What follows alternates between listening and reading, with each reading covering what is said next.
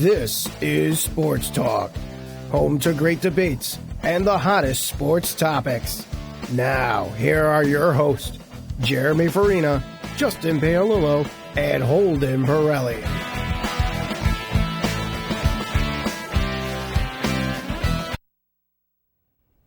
Hello, North Haven, and welcome to this edition of Sports Talk. I'm Jeremy Farina here with Justin Paolillo. Today we are missing our third on-air, I say host, Holden Pirelli. He's not with us today, but he's here in spirit, obviously. He's here in spirit, and we'll definitely talk about a lot of Jake Peavy for you, Holden. No, we're not talking about any Jake Peavy. We all know what he did in the month of August, 6-1. That's all I got to say. This is your time to defend Jake Peavy. We have Jake no Holden here. Jake Peavy is a legitimate starting pitcher. I mean, this guy is coming towards the end of his career. This guy was a Cy Young candidate throughout his entire career.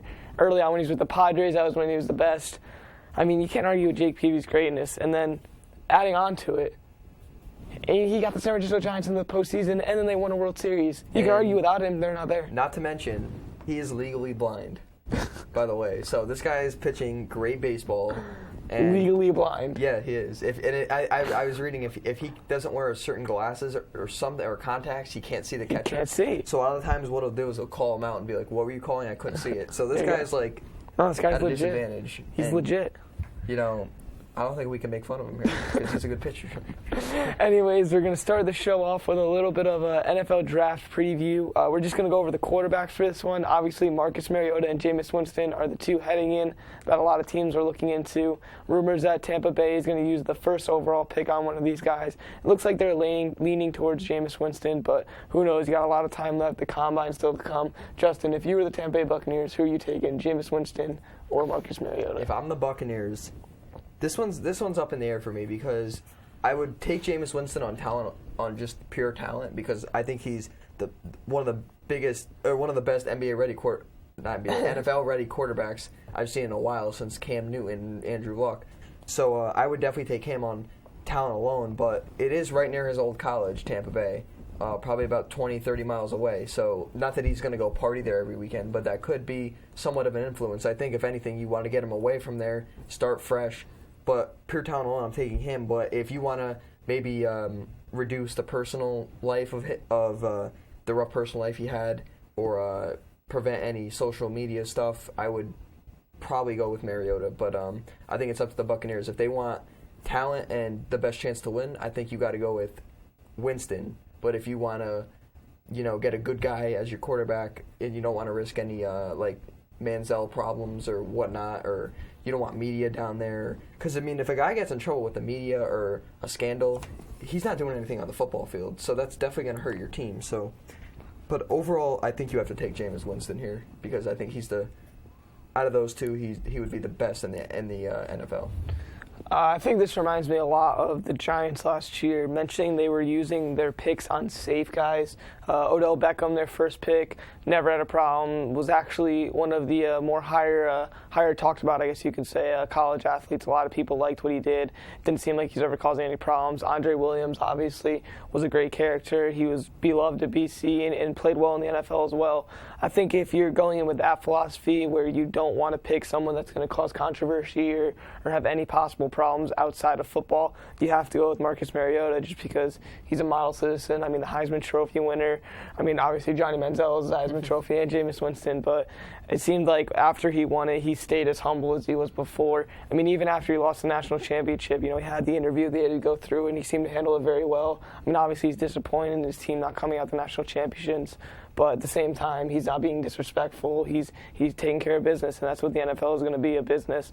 But I think if you're definitely going on talent, I think Jameis Winston's definitely the better pocket passer out of both these guys. And obviously, you look at successful teams around the league, it seems like they have a guy that's able to make those passes coming towards the end of the game or even just throughout the game.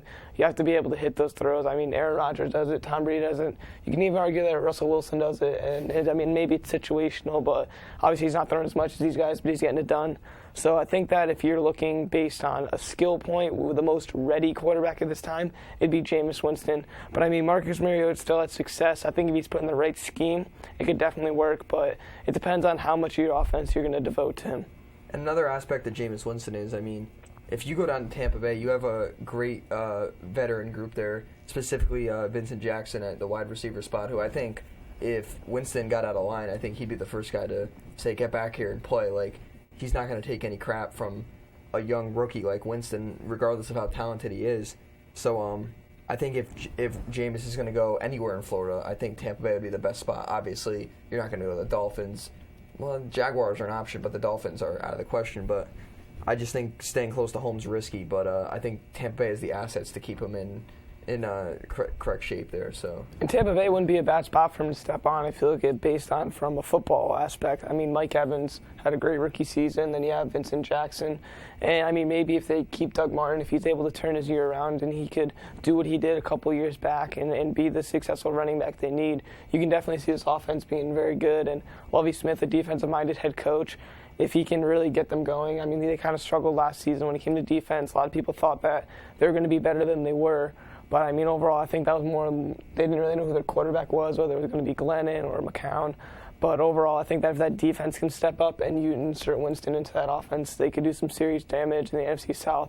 Already, it could be argued as one of the weaker divisions. Yeah. I mean, it's crazy to think how far that division fell off. Went from them potentially being a three teams going into the playoffs to a below 500 team getting into the Panthers last year. I mean, I think they're going to be better next year because obviously the Panthers are going to be there. I think they're going to get better. So you pick almost every year to win. They always disappoint me. I feel like they always underperform. I don't know if it's Drew Brees just not playing well in the spotlight. Maybe it's almost like a Peyton Manning type situation. But, I mean, I always want them to do well. I always want them to succeed. I feel like their offense is always one of the best in the league, but it seems like they just always fall short. But I think that division as a whole will definitely get better. I mean, if Tampa Bay inserts Winston and he has a year like Cam Newton did in his rookie season, you could argue that maybe they're going to be a playoff team. And then Panthers are going to get better. I think the Saints will get better. Falcons, a new head coach, maybe that'll help jumpstart whatever went wrong there. Especially if they continue with the fake crowd noise, that could definitely play a role. But anyways, moving on, we're going to talk about NFL just a little bit more. We're going to talk about a team that did not make the postseason for this run. Obviously, the Patriots came out on top. Who didn't make this playoff, and who we think is closest to being crowned the next Super Bowl champions. Justin, what do you think? I'm going to go with the San Diego Chargers here. I just think, I mean, don't rule out my Buffalo Bills here with Sammy Watkins, but I think the Chargers are definitely a team on the rise here. I mean, there was rumors they're trying to possibly get DeMarco Murray, which I think would be a great pickup. You already got your quarterback set there who's a consistent quarterback every year and could play like an elite quarterback at any time at the season.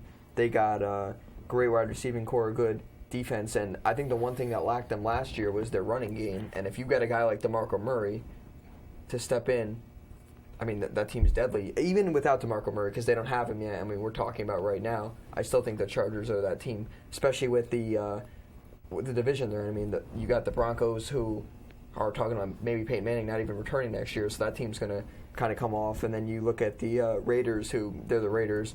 Obviously, they're not going to go anywhere anytime soon. So I think if anything happens to Manning, the Broncos, it come down between the Chiefs and the Chargers, and I think that's a toss-up bet at to that pick point. them there. It could go either way, and if they can win that division, I mean, they got a good shot. So I would say the Chargers are a team that didn't make it and have the best shot of, was it winning the Super Bowl or? I mean, you could say winning the Super Bowl, getting there, just being obviously a successful team. I would say getting there, and who knows? I mean, you got a good. Once you get there, it's veteran quarterback. Anything can happen. I mean, we've seen what happens with the 7-9 Giants, and don't get me started with lucky teams, but. Justin, I'm gonna get you really riled up. Okay. My team here. The Ravens. I think it's the Giants. Oh God. Think about who's returning for them. Okay. They're gonna have Odell Beckham, arguably one of the emerging wide receivers in this league. Could consider maybe top 5 in a couple years. Ruben Randle played really well when Victor Cruz went out. Victor Cruz is going to be coming back.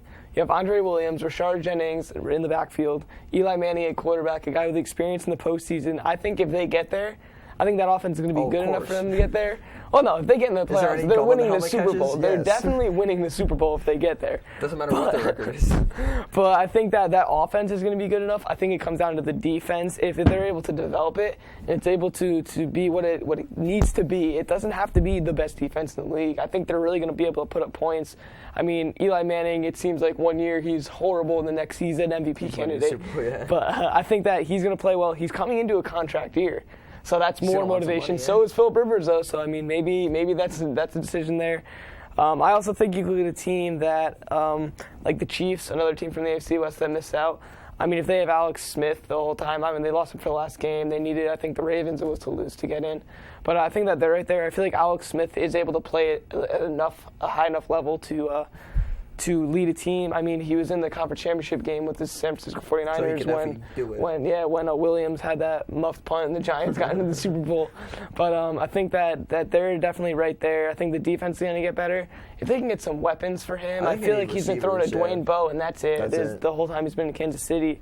I mean, if they can maybe draft somebody or reel one of these big-time free agents in, I think that offense comes a lot better with Jamal Charles. Oh, there you go. No. Speaking of Des Bryant, posted on Twitter that he wished him and the Cowboys were on the same page. What do you think, Justin? You think he wants more money than they're willing to offer?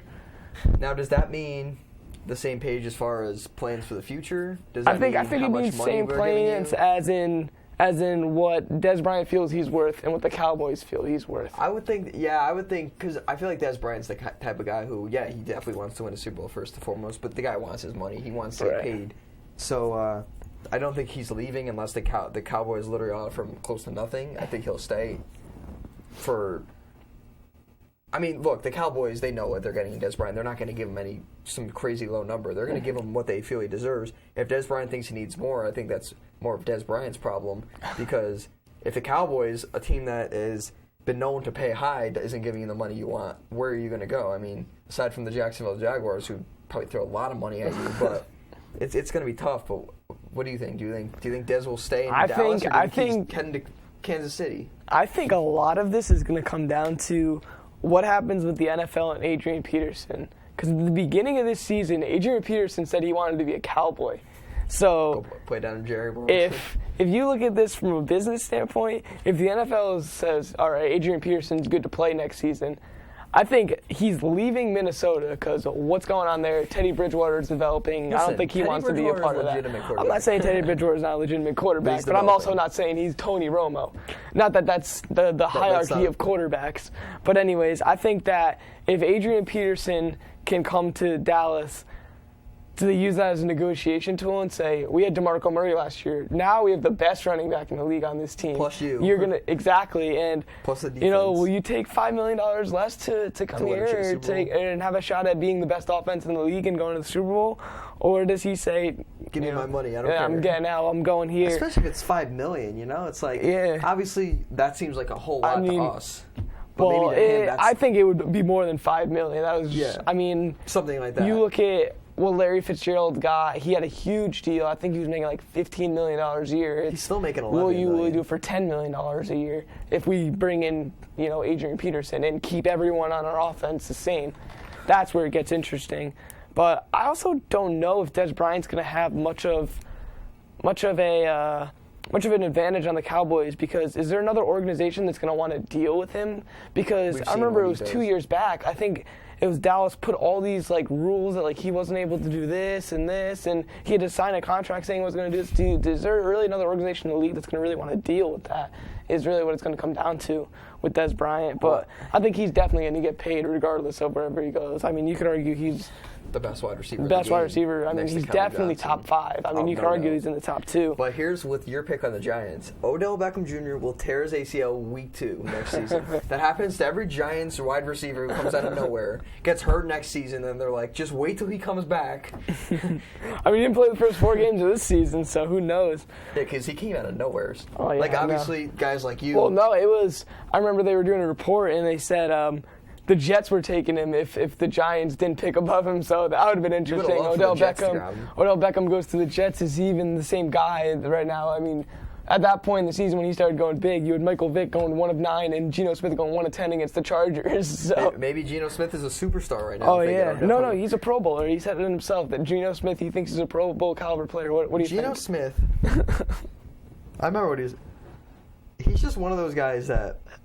I don't know if it's a popularity contest or what, but it's almost like he had the name. He's going to the Jets. Like any other team, I mean, you look at, is Brian Hoyer getting this attention because he has the name or he thinks he's good? I think the only guy gets the same attention as him that's at the same level as Johnny Manziel because he's going to rehab. And it's all these guys. What if Manziel went to the Jets or the Cowboys? Do you know how much media? There'd be media there for the whole sports center. So the fact that he's in New York, I just don't like. I don't like his game one. Obviously, there's a lot of pressure playing in New York City because You throw one pick, the people are like, bench him, bring in Tebow. Bring in Tebow. Maybe I got a good one. Let's bring in Manziel, Tebow, and then you have Smith all going for a starting spot with the Jets. Tebow wins. Tebow wins? Tebow wins football games. And then they have like the fans. I feel bad for Tim Tebow because you think if he wasn't as big as a giant he was, do you think, like a media giant that he was, do you think he would have got a shot somewhere? I think he gets a shot somewhere. I think the only reason he was even relevant was because of his media But presence. he won football games. True. Regardless of what you say, he goes 2 of 8 with 48 yards, a touchdown and a pick, and he wins. He won the game. Was like the game-winning drive. And it was like a crazy throw to Eric Decker that was like just a bomb downfield. But regardless, he wins football games. Tim Tebow couldn't throw the football. You got to admit he does win the football games, but I don't know if a team was like, let's go all in on this guy. I don't even think he would have demanded a salary of any sort. I think he'd just be like, give me a chance, like give me a year, like think 50. About it. No matter what 500,000. team Tim Tebow goes to, I don't care if it's the Broncos with Peyton Manning or the Patriots. There will be fans who say, one pick by the best quarterback in the league, you bring in Tebow right now. So that's I just feel like that's. I would have loved to see Tebow. I would have loved it. I loved him when How do we get on the topic of Tebow? That was awesome. Denver, when he is, threw that touchdown to Demaryius Thomas and against the Steelers, come on. And the Steelers were the best defense that year. You were loving it. You were loving it. You know you were loving it. Everybody on social media is at the bowling alley and whatnot taking Tebow pictures on one knee thinking... Listen, definitely wasn't his arm on his side. Definitely wasn't another offensive weapon on his side. Okay. God was on his side, Justin. To quote Daniel Tosh, if this guy's so religious, why is he working on Sunday? All right, fair enough. Anyways, moving on. We're going to get to your bread and butter over here with some NBA moves. So that topic there was a team that could come out of nowhere from last year, and then we're talking about Tim Tebow. We're talking about Tim Tebow getting added by the Jaguars. Blake Bortles is getting dropped, and then the Jaguars are going to the Super Bowl. Blake Bortles, but let's go to the NBA. Anyways, we're going to do a little good move, bad move. Obviously, the NBA right now, we're approaching the trade deadline. A lot of guys have been bought out, actually. Larry Sanders and Amari Stoudemire. But anyways, we're going to start with Goran Dragic here. Rumors that he won't re-sign with Phoenix next offseason. Justin, good move or bad move to trade him? I'm just so depressed by my man Larry Sanders. But I'll start with Goran Dragic here. Goran Dragic, I feel, needs to be traded here because... It was a good idea by the Suns to bring in a quick backcourt like that, and I thought they were going to start 2 point guards, but a lot of the times they would have 2 guys coming off the bench, and that just doesn't work with the amount of talent you have. I mean, there's rumors that both Isaiah Thomas and Goran Dragic are on the trading block, so I think it's...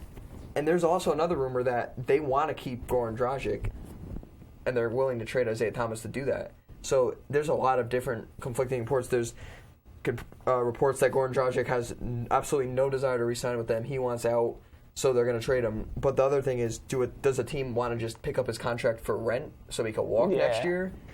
That's where it becomes iffy. There's not a lot of time for trade deadlines. Obviously, it's coming up. And but I think it is a good You don't move. want to make a trade where you get him for a year. It's like with Melo when he was going to go to the Nets or the Knicks. Or is he going to sign a long-term deal? But you think it's a good move for them to move Goran? I think it's a good move. Somebody needs to be moved. At this point, I think it should be Goran, but a good landing spot for him would be the Miami Heat, who they're the one team who's consistently not had an elite point guard and has been contenders. Other than that, if you don't have an elite point guard, not even I shouldn't say elite. If you don't have a good point guard, your team's not going to be relevant. Mario Chalmers is not a good point guard in the league. He's a good basketball player, but he's not your floor general. All he does is shoot threes. So I think the Heat would be an ideal landing spot for him. I think Goran Dragic is going to the Lakers, Justin. Okay. Goran Dragic is going to the Lakers. What about Lynn Sanity? Jeremy Lin is getting traded to Phoenix. He's going to go sit the bench in Phoenix. Lin can go back to New York. We'll send him to New York. We'll send him to New York, and then we're also sending Brooke Lopez, Joe Johnson, and Amari Stoudemire. They're all going back to New York. Amari just got bought out by them, but he's going there anyways. All right. Anyways, Goran's going to the Lakers because the Lakers are going to give the Suns whatever they want to get Goran Dragic because they know they're going to need him to try to reel in either a Kevin Love or a Kevin Durant because they want Kobe to get another ring for whatever reason it is because 5 wasn't enough. He needs to get his 6. He needs to match Jordan. But I think if you're the Suns, you definitely got to move this guy. He's made it clear he's not signing back with you unless maybe you move Isaiah. Maybe something under the table. If you move Isaiah or Bledsoe, I'll sign back. But at the moment, I think you got to move him just because you're not going to get anything for him. I mean, if they trade him to the Lakers, you could potentially get a top 5 pick if they're willing to give up their pick, and then you can have Jahlil Okafor right there for you. Jahlil, but he's going to the Knicks because the draft lottery is going to be fixed. It's going to be fixed. But anyways, the Lakers. It doesn't even have to be fixed. They don't have to make a lot of picks. Why don't the Lakers get the first pick? Because they're trading it to get Goran Dragic. Kobe, Wesley John, or no. No, Wesley they're getting Kevin Love. And then Jahlil, and you got Julius Randle coming off your bench. And then you got Jordan Hill coming off your bench, too. Jordan Hill coming off the bench. There you go. He might get traded. Julius Randle is going to be nasty. Julius Randle. That's my That's man what everybody right said. No, I mean, the guy's averaging 2 points for his career, so I'll give him that. Anyways, we're going on to your man, Larry Sanders. This news gets was heartbreaking. bought out by the Bucks. Where's he going, Justin? This news was heartbreaking. I've made a pact with myself. Wherever Larry goes, I'm going. So if he unfortunately goes to the Cavaliers, which is a possibility, I'm going to have to root for the Cavs. Wait, didn't they just get Mozgov? What are they going to do with him? They're literally just picking up guys out of nowhere. They're like, this guy's on the trade block. Perfect for the Cavaliers. You think he's going to Ray Allen? No. Ray Allen's going to the Cavs? I would think the Mavericks are coming out as a front runner. I would love to see Larry Sanders go to a team like the Celtics. If this guy can stay out of trouble, he's a legit. Why would the Celtics pick up Larry Sanders? They're trying to tank. No, they need a defense.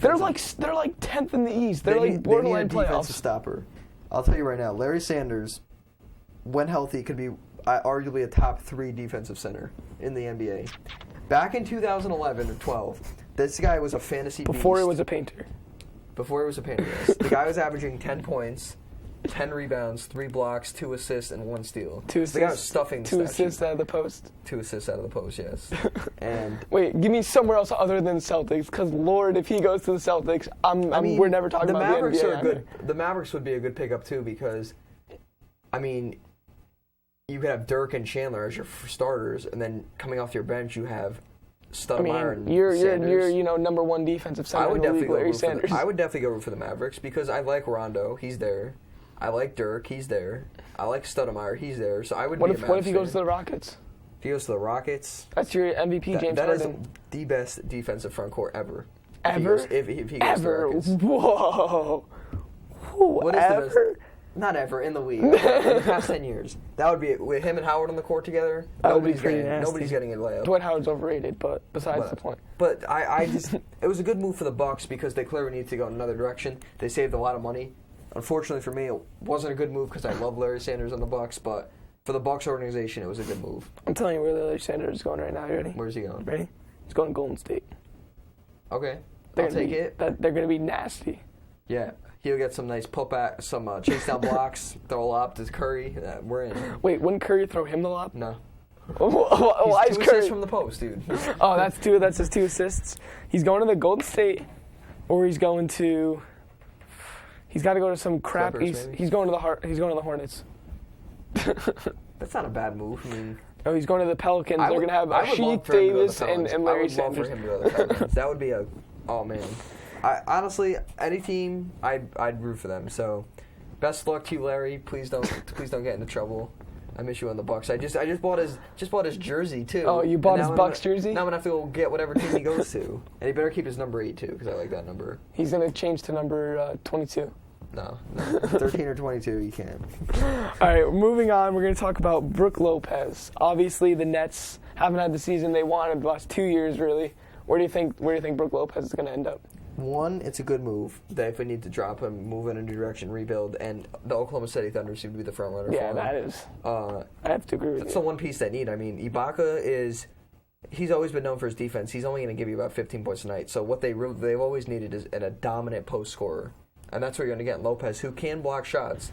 And he's not the best on-ball defender, but that's why you got Serge Ibaka there to guard the offensive centers there. So I think that would help the Thunder dramatically. And they're trying to get a higher playoff seeding. And you could see Kevin Durant is upset with the team's production thus far. So I think something needs to be done. And this would be great for both teams. The Nets need to drop him, move in a new direction, and the Thunder need him to, maybe keep Westbrook and Durant in the future and be relevant this year. So I think it's a great move by both teams, and I think the Thunder are the front runners to get him. Justin, I'm making a bold prediction right now. Okay. If they get regardless of what happens at the trade deadline, the Oklahoma City Thunder are winning the West. No. They're winning the West. Well, that means they're winning the championship. Who are they going to play? The Cavs? They're winning the West because Kevin Durant is on another level of competitiveness right now. He's talking smack to Chris Paul, who is his teammate on Team USA, and he's talking smack to him. This guy he is so motivated. Right? This is the most motivated I've ever seen Kevin Durant in his entire NBA career. And then Russell Westbrook scoring 42 points at the All-Star game against the best players in the league. Not that they're going 100%, but he's still scoring 42 points. More than anybody. Listen, the Oklahoma City Thunder are winning the West. I'm writing it down. Even if they get an 8 seed and play the Thunder first round? I don't play care. The Warriors first round? I don't care. I'll tell you right now. OKC. You almost don't want to be a top 2 seed because you could be the one. You're playing or 2 seed OKC Spurs. Normally you're playing like the Jazz first round, and you're like a breeze in. No, you're playing OKC. So you got OKC winning the West. OKC's winning the West. I think if the Blazers get Wilson Chandler, which is a possibility. I don't care. OKC's winning. Aaron Aflalo. No. OKC. The Blazers would be my front runner. All right, who's winning the East? I'm sorry. The West, it's going to be the Grizzlies. I've been picking them all year. Oh, yeah. It is the Memphis Grizzlies will win the NBA title. Obviously, they're going to have to win the West. Who's winning the East? The East, that's down for me between the Wizards. Because I think the Wizards are they're legit. The Bucks are winning the East. The Bucks, if they had Larry Sanders, I'd pick them. No. The Bucks are a few pieces away. And as we were just talking about a few minutes ago here. Antetokounmpo. Jabari Parker coming back. John Henson's there. This team is on. They're moving in the right direction. But I'm going to go with the Chicago Bulls, led by my man Jimmy Butler. And good, as long as you don't say Derrick Rose. Get out of here with Derrick Rose. So you sure he's going to play? I got both Grizzlies in the finals, with the Grizzlies winning 4-2. 4-2. Yeah. All right. You know what's coming out of the East? The Knicks. The Knicks are going to win the East. No. Can they? I think they mathematically still can. You know who's going to win the East, Justin? The Cavaliers. LeBron James is the best player on the planet, and he's going to win. They're going to win the East. Well, if they keep acquiring assets from teams, like no matter who gets dropped. And you know what's going to happen after that? The Cavs are going to win the Cavs are going to win the title. They're going to beat the Oklahoma City Thunder, and then Kevin Love's jump at ship, going to LA, teaming up with Gorgon, Kobe, and then KD's coming the next year. KD's not going to the Lakers. KD will not. He's going to the Wizards. He's going to the Wizards. If he's going anywhere, it's the Wizards. You think he leaves OKC? If they don't win before his trade period, he's. What if they get to the Western Conference Finals? Doesn't matter. They need to win a title for him to stay in OKC. Because what are they giving him? Oh, we'll keep improving every year. No, like they need. That's why the Lopez trade is so important for that team. What if they get Joe Johnson? Joe Johnson. Where's Joe Johnson going, Justin? Tell me. Where's Joe Johnson going? I think the Pistons are the front runner to get him right now. They're possibly throwing in a package deal with Brandon Jennings, and I forget who else, but I would think the Pistons would be the front runner at this point. I mean, you got Monroe and Drummond, who are your 4 and 5 for the future. You really don't have that 2-3 combo. You have Kentavious Caldwell-Pope at the 2. You don't really have a 3 at this point. Kyle Singler is not your option at the 3.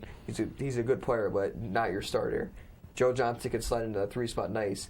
And then, even if you have to trade Jennings or possibly get a Darren Williams back, if Darren Williams is healthy, that's a pretty good team. Oh, God, no. No, we're not. All right. No. If Jennings is Don't healthy, put Darren Williams and a good team in the same sentence. Okay. No. Okay. If Jennings comes, if they don't have to trade him and they get him back, I think that. Is there a way that they can not trade Brandon Jennings but get Joe Johnson? There's a way. They'd have to give up some draft picks and obviously some assets like a Kyle Singler. But I think they would probably have to give up Jennings if they want to get the likes of Joe Johnson. But it looks like if Joe Johnson's going anywhere, it would be the Detroit Pistons.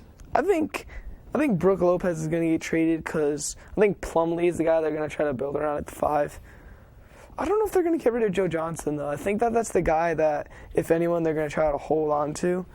I don't see why. No one wants Darren Williams. Who would want Darren Williams? He was good with the Jazz. Oh, yeah, he was good with the Jazz, and then he got really fat. 18-11. No.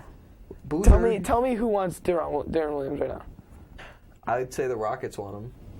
They're going to get Gorgon Dragic. He's not going to LA anymore. Now he's going to the Rockets. He's going wherever Darren Williams.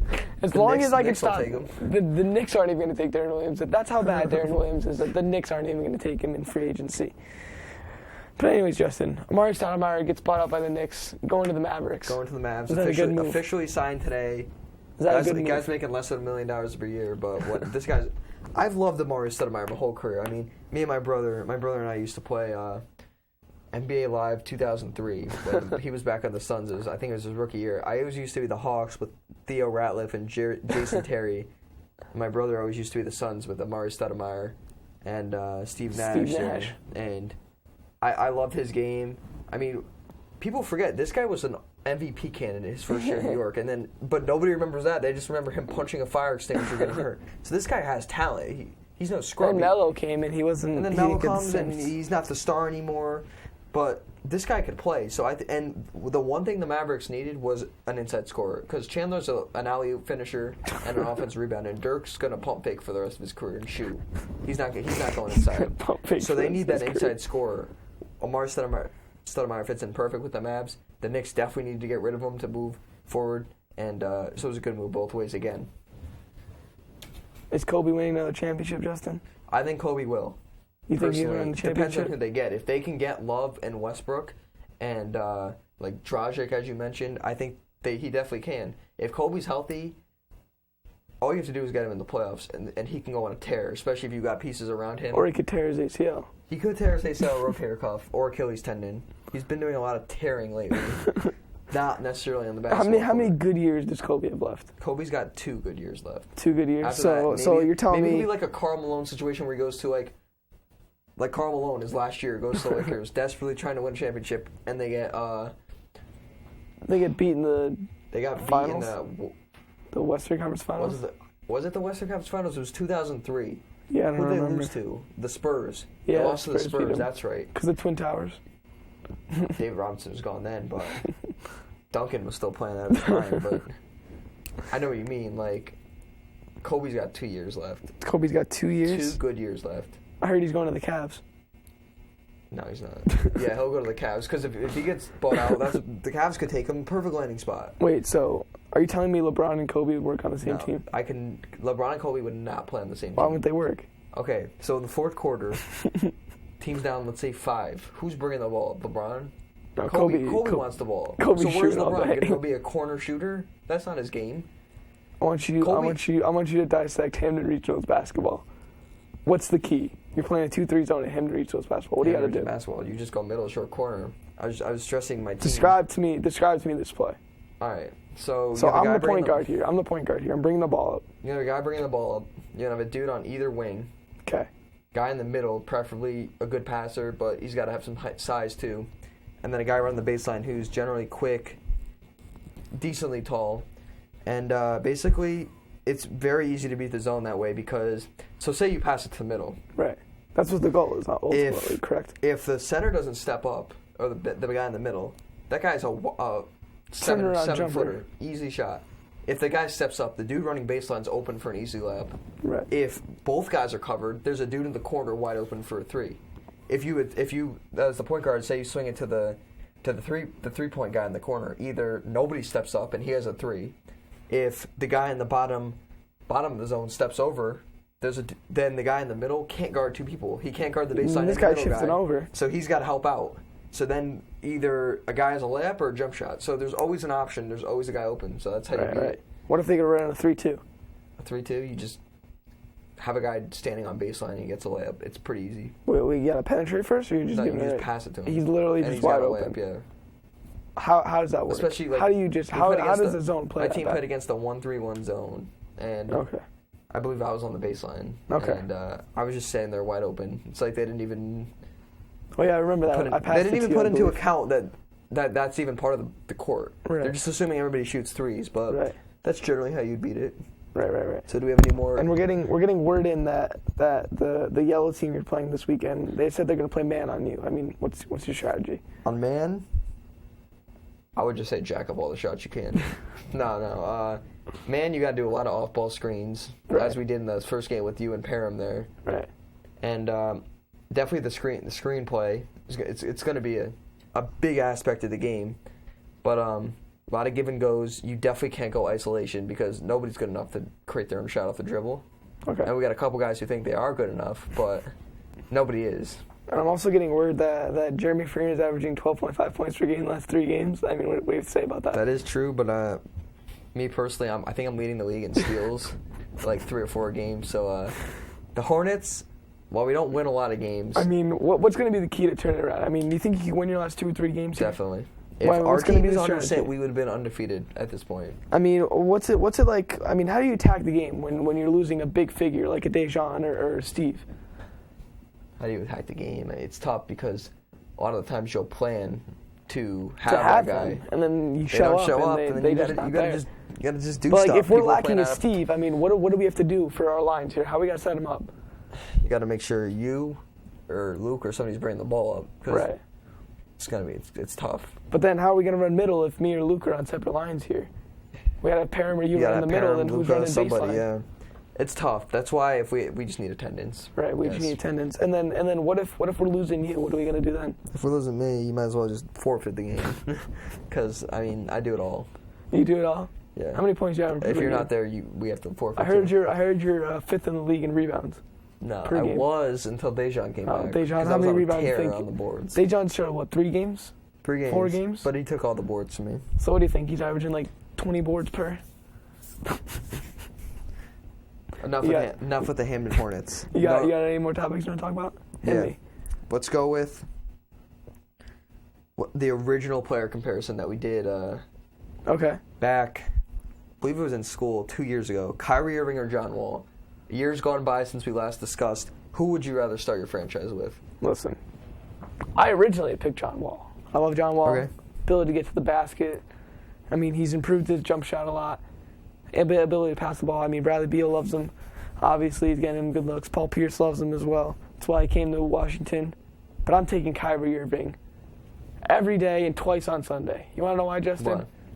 LeBron James steps out, gets hurt. They struggle at first. Drops a career high. But then Kyrie drops a career high 52 points. This guy's a scoring machine. He can do it from all aspects of the game. He's a pretty good passer, too. I mean, he's a pretty good passer. Gets LeBron James the ball. I mean, Kyrie Irving, serious player. Serious player. I think a guy that coming out, I wasn't a fan of, came out of Duke, didn't really play a lot of games in college. I was like, oh, who's this guy, Kyrie? What? Yeah, who's this guy? I don't know if he's it's like Bradley Beal when he came out of Florida. He played like a quarter. Didn't know what was going on, but Kyrie Irving's legit. John Wall's legit too, but Kyrie, that's what I'm starting the ball with. I picked Kyrie Irving. I'm going to have to go with John Wall at this point. We both switched. It's very odd, but the thing with John Wall is, I mean, it's very hard to lead the NBA in assists, especially with the likes of Rondo, Ricky Rubio, who's obviously hurt. But meanwhile, having your team play very well as the leader of the team, and your scoring's not slacking either at 17 points a game, is also averaging, I believe, a steal and a half or 2 steals a game. So, and I mean, you got to look at the production. I mean, the Wizards have definitely had a better record than the Cavs. You can credit that to more talent, and obviously John Wall came in the league before Kyrie, so he's had more time to develop. But I'd rather start with John Wall. I just want to see because if you looked at the past, Kyrie was alone. What did the Cavs do? Sure, they didn't have much pieces. He didn't have nothing. You have nothing, Justin. Give him LeBron and Kevin Love, and he's one of the best guards in the game. So let's give John Wall, Kevin Love, and LeBron. They crumble. So here's your bold prediction. OKC champs? Yes. Why OKC? I think it's the Grizzlies. Why OKC? I told you. Kevin Durant's on another level right now. He's not. Yes, he is. You'll see it come postseason. He's dropping big numbers right now, Justin. Big numbers. Russell Westbrook's on fire. Team's going to click. Click, boom. Off to the races. No. Listen. Kyrie Irving. You're going with Kyrie. I'm going with Wall, but let's move on to a little MLB here. Alex Rodriguez coming out officially with his apology. Jeremy, I know you're a Red Sox fan. I'm a Yankee fan here. So we're probably going to have different reactions on to this, but do you think this was a legitimate reaction? Do you feel for the guy? Do you accept his apology? What do you think? This is literally comical. I was watching SportsCenter when this came on and literally started laughing because of how funny this is. No one believes A-Rod anymore. He could literally show you a 2 + 2 = 4, and people would be like, no, we can't listen to you, A-Rod. You're a liar. You can't go from completely lying about everything, and the second you get threaten to be thrown in jail, say, all right, I did it, and then get full immunity and, be able to play baseball next year. Not only that, this guy's, almost 40 years old? He's not even going to start on the Yankees. Who cares? This guy's all washed up. Listen, it went from him being the next home run champion, he's going to break Barry Bonds records, to he's not even starting. Listen. He's going to be a bench player. You have to take this to heart, He's going to be a bench player for a lackluster Yankees team.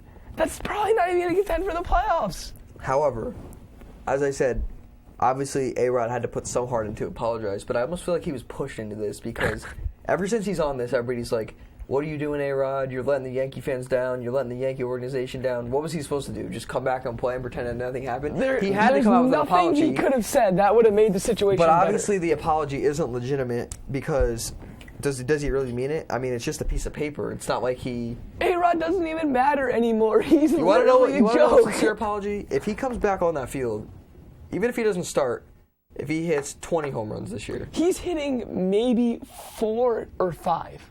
What's his batting average? Like 200. This guy's going to be a joke. If this guy hits close to 300, 20 homers, maybe get some starts at third base. I will do whatever you want me to do. I will put tons on this. But I'm just saying, that the apology he came out with today is not legit. But if he comes on that field next season or the year after and plays like we know A-Rod can, we're not going to see him rookie or sophomore year. Chase Headley is starting at third base. And anyone else other than Alex Rodriguez. Why can't you start A-Rod at shortstop? Because he's 40 years old. He doesn't have the same mobility he did when he was with Texas. Derek Jeter was 40. He played. Derek Jeter, you're telling me that the Yankees are going to bench Derek Jeter. Who would you rather start your franchise with, Jeter or A-Rod? In their prime. Like rookie years. I'm starting with Alex Rodriguez. No, let's go prime. Derek Jeter was a lucky player. He was put in the best situation so if he got drafted by the in Astros, the history of sports. Derek Jeter was an okay player that was placed in the best organization in arguably all of sports and just sat at shortstop for 20 years and won multiple championships. I'll admit he did have some keys, but you can't doubt his leadership. And He's a leader, but he was never the best player on his team. At no point during that was he the best player on his team. Putting steroids aside, both guys in their prime, no and steroids. We're going to move from the studio. Jose Reyes was a better shortstop, and still is a better shortstop. Who's saying that? Than Derek Jeter. You gotta go talk to your producer. Actually, on upcoming shows here, when Holden comes back, what we're going to do is we're going to have a NHL cam over in the NHTV kitchen. Talk about the Rangers. And what we're possibly trying to do, Zach's working on this. I mean, you saw our old producer, Nick, come on the show before he went to LA. We're going to try to get a live stream of him in LA, covering some LA sports. You know he knows his stuff. But we're going to try to work on a whole bunch of stuff. But listen, let me ask you something. I would not give me David Ortiz. I'll take over Troy Derek Jeter. Tulowitzki. He's got injured a lot. He's J.J. Hardy. A lot of injuries. No, I'm not taking J.J. Hardy. That's a joke. How about Stan? Give me Dave Ortiz. Give me Manny Ramirez. You're taking Manny Ramirez? I will take Manny Ramirez in his prime over Derek Jeter. How about Hanley Ramirez? Yeah, I'll take Hanley Ramirez. Hanley Ramirez is a good shortstop. Jose Reyes. Jose Reyes, if he's not hurt all the time. Derek Jeter also had durability. He never got hurt. That's a part of your game. Absolutely, but, I mean, Nomar Garciaparra was just as good. When he was with the Red Sox, he played just as well. I mean, there's a lot of guys that you could... I mean, Gary Sheffield had great careers. He played for the Yankees for a point. Paul O'Neill. I mean, Bernie Williams was a great player. They're retiring his number. Him and Posada, who were both in the... And Pettit. Posada all those guys were there. No, I think that you can't consider Derek Jeter to be the best shortstop ever if he never won an MVP. I mean, yes, he's got the rings, but he also played for an organization that has, 27 of them? I mean, that's almost hard to argue. I mean, I think there was a ton of great I mean, Smith with the Cardinals, he was fantastic. They called him the friggin' wizard. This guy was a great shortstop, made some incredible defensive plays. I think that... But his name's Smith. You can't remember that. I think that it's hard to consider Derek Jeter the best shortstop ever when he was never even the best player on his team.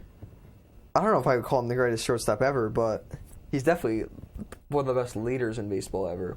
I mean, think about it. If you go up to any little kid back 2003, say one word or two words that remind you of Yankees, and they're gonna say Derek Jeter. True. So that guy's been the face of the franchise, obviously. Listen, maybe not with his play. If I'm looking at a leader, Kurt Schilling, the whole ankle injury he has in 2004, the bloody sock, goes out, pitches 7 innings, shuts down the Yankees. That's a leader. You going nuts? That is a leader, bro.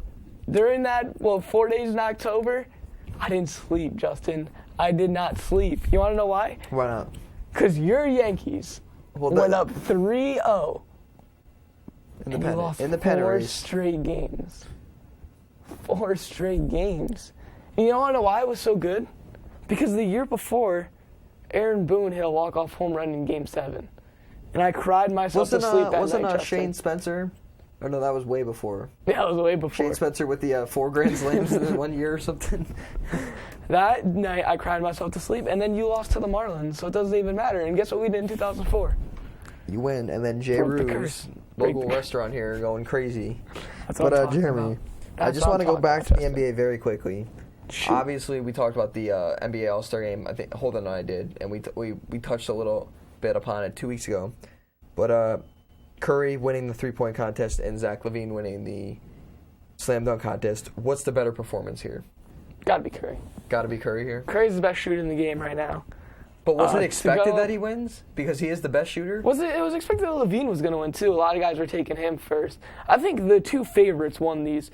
But I think Curry's just better because I feel like the competition around him was better than the competition around LaVine because, I mean, you're thinking about the 3 best shooters in the game. Curry's in there. Kyle Korver's in there because that's all he does is shoot threes. And then arguably his teammate Klay Thompson. I don't think that contest is for Korver because that guy's more. I feel like he's just an in-game shooter. Too much pressure on him. Obviously, the game. I got to see what he does in the playoffs as far as hitting threes goes. But in the regular season, there's not a lot of pressure on you. You miss one, we lose a game, whatever. In the three-point contest, everybody's watching you. It's not like there's other guys on the court. It's you shooting 30 shots. So I don't think. And he's more of a. I think he's best when he's sitting in the corners. Like you see him in the All-Star game. The guy hit 8 threes. Yeah. So he definitely knows what he's doing. And those were all off nice passes by either Kyrie or John Wall. So I feel like Korver wasn't really in it. Redick's getting older. Mm-hmm. I think, like you mentioned. Welcome to Sports Talk. Hey, I think Devin Marbles should play in the NBA All-Star game. Who? Devin Marbles. All right, you heard it here first. Devin Marbles should play in the All-Star game. That? I don't know. Oh, the kid from our basketball team? Oh, yeah. No, I don't know. I don't even know who that is, so I don't have any response to that. But as far as Curry goes and Thompson, they were definitely the best shooters. I personally pick Wesley Matthews to win because I think Get out of here. I think that guy has just the ability to hit clutch shots. Personally, I mean, pretty sure he's already the Portland Trailblazers all-time leading three-point shooter, and this guy was an undrafted guy to Marquette, so he's definitely trying to prove a point. I thought he was going to win this. And as far as the NBA, the dunk contest goes, obviously you mentioned LaVine was up there because of his athletic ability, but I wasn't ruling out the Greek Freak or Victor Oladipo, who we've seen in-game pull off some spectacular dunks. I was a little hesitant on Plumlee because I feel like he's more of a power dunker instead of maybe a finesse guy who's going to pull off a 360. He's definitely just going to slam it down. So I'll admit LaVine was the front runner, but I haven't seen a dunk performance that good since I will not take the Carter. slam dunk contest seriously. Ever since that Dwight, LeBron. Blake Griffin. We get Blake in there. Maybe some KD, Russell Westbrook. How about next year? LaVine, LeBron, Griffin, and Howard. I want some Russell Up Westbrook. in Toronto. I want some Russell Westbrook. You want Westbrook? Give me some Russell See, Westbrook. I don't think Durant could be an NBA dunk. I don't think Durant would do well. I think Westbrook would do some serious stuff. No, there's rumors Wiggins wants to be in it next year because they're going to Toronto. He's from Canada. Oh, yeah, he'll be the freaking Terrence man. Ross might do it. He's playing for the Raptors. Ooh. LaVine will obviously be there. Wiggins is going to the Raptors. And possibly LeBron James. Wiggins going to the Raptors? No, Wiggins is staying in He's Minnesota. staying in Minnesota. As he mentioned in the interview, I just want to play for somebody who wants me, man. Toronto wants him. Of course they want him, but no, it would be fixed if Toronto wound up getting the first pick last year. Were they even in the lottery? Oh, they weren't even in the lottery. But if they were and they got Wiggins, it'd be fixed. Yeah, no, it was fixed. The Cavs got it. I don't think it's fixed, the lottery. What was the Cavs odds of getting the first round pick last year? Like the 1.92, I think. 1.92. There's still odds. And the year LeBron James happens to become a free agent. Oh, okay. Oh, it wasn't enticing enough to have Kyrie Irving on your team? Well, here's the next you. Right here. You want to come to Cleveland now? So we can make millions of dollars off Cleveland? I think I'll admit it's fixed if the Lakers or Knicks get the first pick this year. They're totally getting the first. And it's not even going to look fixed because they have the same odds as everyone else. Watch, the Sixers will get it. No, I'm telling you, the Sixers are trading in the offseason. The Sixers are going to trade Nerlens Noel. They're going to get Nick Stauskas. Stick with Embiid. Stick with Embiid Embiid at the 4. Oh yeah, it's going to be nasty. J-Hill at the 4. Nasty. But I'll tell you an underrated move. Thaddeus Young to the Charlotte Hornets. It's an underrated move. That's an underrated move. The Hornets have been looking for a 4 for like as long as I can remember. They haven't been able to find that guy. They've had Cody Zeller. I thought Noah Vonleh was going to fit in, but he hasn't been working out. Marvin Williams. Noah Vonleh, who I think was a steal of the draft, hasn't played much. We'll see what he can do. Marvin Williams hasn't played well. He's more of just a bench guy. He's a veteran. Who, by the way, is one of 2 people to be coming off the bench in college go in the top 4. So he definitely. And the other one, Deion Waiters. Yeah, Waiters. Deion Waiters, yeah. So he definitely had potential, but I just don't think you should ever go on a guy coming off the bench in college. It's like if you're not good enough to start on your. But actually, in college though. Well, Syracuse, the situation in Waiters in Syracuse, because I think Jardine was still there. Scoop Jardine. Yeah. Who everybody's like. No, he was a 4-year starter who played well, and like no one gives him a shot. And then there's a guy like Beal who played like a one game, and they're like, this guy's NBA ready. So it's tough. Like the thing with the NBA is, NBA scouts know this guy's ready. This guy's an NBA talent. This guy is just a college talent. Like everybody, I'm sure there were Syracuse fans who were like, "What about Jardine? Yeah. And why is Waiters going 4th pick if he's coming off the bench behind Jardine? And a lot of times the bench guys do most of the scoring for your team, where the starters are there for defense, especially with that 2-3 zone. Jardine knew that like the back of his hand. But do you think our Hampton Regional team could beat that Syracuse 2-3 zone? No way. There's no way. You heard it from Falcon. They played high. They played high. We don't have the bigs. We'll just have Devin and Luka shoot threes. We don't have the bigs for it. I don't got the bigs for it. We have Dejan. Oh, we have Dejan. I don't know if he can contend with 7-foot Fab Melo. We have Parham there too. Parham's gonna contend with Fab Melo. Dude, Fab Melo was one of the biggest draft busts I've ever seen. He went like the 22nd pick. Anyone out of the top 10 you can't even consider a bust because no one gives a crap. But there was so much. I thought he went 13th. No, I think he went like 21st, and then Solinger went 22nd or something like that, or like Solinger went 21st. Right now, Fab Melo. What do you think of Solinger? Solinger's legitimate. I'll tell you right now, he's legitimate. I mean, the guy's only 6'9". Who's going to be the Celtics starting 5 in 5 years? 5 years, it'll be. It's going to be Marcus Smart. Smart at the 1. With Keegan Bradley. Bradley will be there, I think. So Bradley's at the 2. The 3, I'm going to put possibly a guy coming up in the future, Ben Simmons. Simmons. We don't even know about him yet. Ben Simmons, who is the. Is he in the D Not League? this year. No, not this year. The year after. So he's a senior in high school right now. Supposedly the number 1 pick in 2 years. He'll be the 3. Okay. 4, Jared Solinger, and the 5, Larry Sanders. No, not Get Larry. Larry Sanders out of here. There's no way he's going to the Kelly Celtics. Olynyk maybe? I don't know. Well, yeah, Olynyk and who's the other guy they got center? Victor Favorani? Yeah. Is he going to be the starter? No. He'll be like. What do you think about Langston Galloway? Langston Galloway. Look, Stephen A. Smith said it. If you're on an NBA team, somebody's going to have to score points. That's the only reason why he's doing that.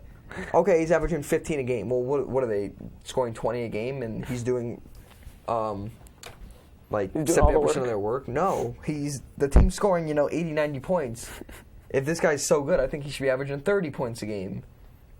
If you want that production, you got to bring Linsanity back. Oh, I hated Linsanity. Right around there, I got Jeremy Lin New York Knicks jersey in my closet. Tim Tebow in the fall, He had a game-winning shot. He's legit. Then you got Linsanity, who was up in Toronto. I'll never forget. Had a game-winning shot. The whole place was filled with Knicks. Well, I don't even know if they're Knicks fans. Linsanity fans. There wasn't a single person there for the Raptors. No it was way. the saddest thing I've ever seen. It's all about Lin. It's all about Lin. The Raptors sucked that year, though. And if you look at his stats, he averaged like 15 points. It wasn't even like he dropped 30 on Kobe. He's legit. Yeah, he had like a spin move on Derek Fisher, and they were like, and then he's like, I'm only 80% ready for the playoffs. After he just led his team in. Listen. Do you think they should have traded Melo and kept Lin? No way. Lin had to go. Why? And then Melo's sitting there, he's like, yeah, we like Lin. No, Melo did not want Melo Lin. was the reason Lin got a shot. Yeah, he's like, give that guy a shot at the end of the bench. We're all hurt here. And then Lin comes in. Goes off. No, that was, I got like that. 6 points. So then you got Tebow here, Lin. Then Tebow throws the pass to Tebow throws the pass Thomas. to Jeremy Lin. Yeah, get them on the same team. No. Tebow to Thomas. I just don't like anybody who attracts media attention and get, like, of course, maybe you're funny. So you hate Jameis Winston is what you're saying? Yeah. You have to produce on the field. If you're getting media attention. If 24-1. If 24-1. Jameis Winston can go produce on the NFL field, I don't care what he says to the media. Okay. But if he's in there causing attention, but a lot of times, too, the media is from people winning. Like, you could argue that Tim Tebow had all those wins, so that's why the media is with him. But then you got the Tebowing, Listen. Tim Tebow. One of the best Florida Gator quarterbacks of all time. Okay, college football. What do you contend for 2 He can't even play in Heisman? the CFL. Listen, he can play in the CFL. He wants Which, to play by the in way, we had a CFL. question about the CFL on the show. I don't know All I know might have been is one of Michael our- Sam's going to the Montreal Alouettes, and they're going to be dirty. Anyways, Tim Tebow, best Florida Gator quarterback ever. I mean, I don't really know who else was a quarterback for Florida Gators, but Tim Tebow's the best. Before we end the show here, because we're narrowing down in a couple minutes left, just want to give a shout out to the NHL. One of our production guys, Mark. Oh, yeah. Big NHL fan. Can you tell me who the coach of the Devils is? I'm not sure, but I don't according to him, I don't even know if he knows. According to him, pre-game, they don't have a coach. Hang on, I'm getting. What was that? Lou Lamoriello. Lou Lamoriello. Yeah, there you go. Lou Lamoriello. Forget him. Forget Lou Lamoriello. Who's winning the Stanley Cup, Justin? Rangers with the Rangers? 2P. I'm taking the Ducks. The Mighty Ducks after the movie. The Mighty Ducks. All right. Anyways, you got a shout out for your mom. I heard she said that you had a shout out for her. What did you say? I heard it. Oh, feel better. She has a cold or She got a cold. cold Feel better, bronchitis, Miss Pillow. maybe. Yeah. Who else you got a shout out to? What about Josh, the Hawks fan? Josh, the Hawks fan. Keep winning, Hawks.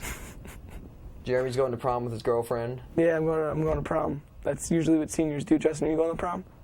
Oh, any ladies out there? Justin here needs a date for prom. So, we'll put his number at the bottom of the screen, and then you guys can just hit him up. Well, actually, I can't because I'll be reporting live from prom. Oh, you're going to be I'll reporting live at from prom. Yeah. There's a sporting event going on at prom, or No, we're just covering all the teams. There's a lot of beer pong later that night. You're just going to be So covering it? that's what I'll be covering there. But He also wanted to give a shout out to Hans Zimmer. Hans Zimmer. What did you want to say to Hans Zimmer? Hans Zimmer. I just love his music. I mean, Oh, yeah, no. This is no joke. I love his music. Specifically the it's Time by Hans Zimmer. One of the greatest songs ever. A lot of people don't know this. He wrote the Modern Warfare 2 soundtrack. Oh, which yeah. Speaking of Call of Duty, you also wanted to give a shout out to the Optic team for COD Champs coming up. Optic? Yeah. You rooting for Optic? I'm rooting for JJ Gaming right here, which I'm trying to join here. I got to get some kind of console so I can play with Jeremy here. Oh, yeah. Because 11th in the doubles rankings. Going to the my playoffs. skill set is unmatched. Justin's not good at Call of Duty. I'm so good at Call of Duty. Justin's not good at Call of Duty. He doesn't use stock. I'm not. Look, I remember we came over to your house and you're like, the MSMC is not overpowered. It's so The balanced. MSMC is the God gun. And then when we play, hang on, I'm hearing from the studio. They said that if you use anything but the MSMC, you're a noob. No. Anyways, but the I got one shout out. I got a shout out to my girlfriend. She gave me the Winston Mariota topic.